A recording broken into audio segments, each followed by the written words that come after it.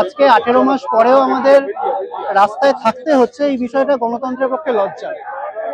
আমরা বারবার রাস্তায় থেকেছি, রাস্তায় দাবি জানিয়েছি যে বিচার চাই। এবার প্রশ্ন হচ্ছে বিচার দেবে কে? বিচার চাইছি তো আমরা বটে, উই ডিমান্ড জাস্টিস বলছি, উই ডিজার্ভ জাস্টিস বলছি, কিন্তু বিচার দেওয়ার মালিক যারা, বিচার দেওয়ার দায়িত্বে যারা, তাদের অবস্থানগুলো কোনখানে সেটা আরো স্পষ্ট করে দেওয়ার জন্য আজকে আমাদের রাজপথে নামা। একটা হচ্ছে কলকাতা পুলিশ, যারা নিজে ডিরেক্টলি তথ্য প্রমাণ লোপাটে যুক্ত, যারা বাবা মাকে টাকা দিয়ে মুখ চুপ করাতে চেয়েছিল, যারা অভয়ের যে মৃতদেহ সেটাকে তড়িঘড়ি শাসক দলের এমএলএ তাদের সাথে হাত মিলিয়ে তাড়াতাড়ি পুড়িয়ে দিয়েছিল।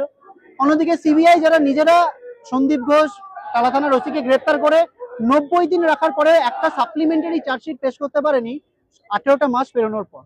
তো সেই জায়গায় তাদের ওপর ভরসার তো কোনো জায়গা নেই। ভরসার জায়গায় এখন তার মানে রয়েছে বিচার ব্যবস্থার ওপর। কেননা এই সুপ্রিম কোর্টকেই আমরা দেখেছিলাম যে আন্দোলনের উত্তুঙ্গ সময়ে একটা রবিবার ছুটির দিন তারা স্বতঃপ্রণোদিত হয়ে এই কেসটা নিজেরা নিয়েছিলেন।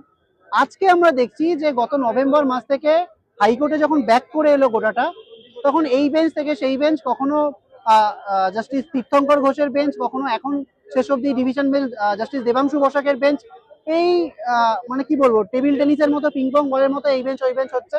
শেষ অব্দি যদিও বা স্থির হলো যে জাস্টিস দেবাংশু বসাকের বেঞ্চে হবে, তারপর থেকে নভেম্বর থেকে 35 বার লিস্টিং হওয়ার পরেও একবারও শুনানি হলো না, একবারও হিয়ারিং হলো না। তাহলে মানুষের আস্থাটা কোথায়?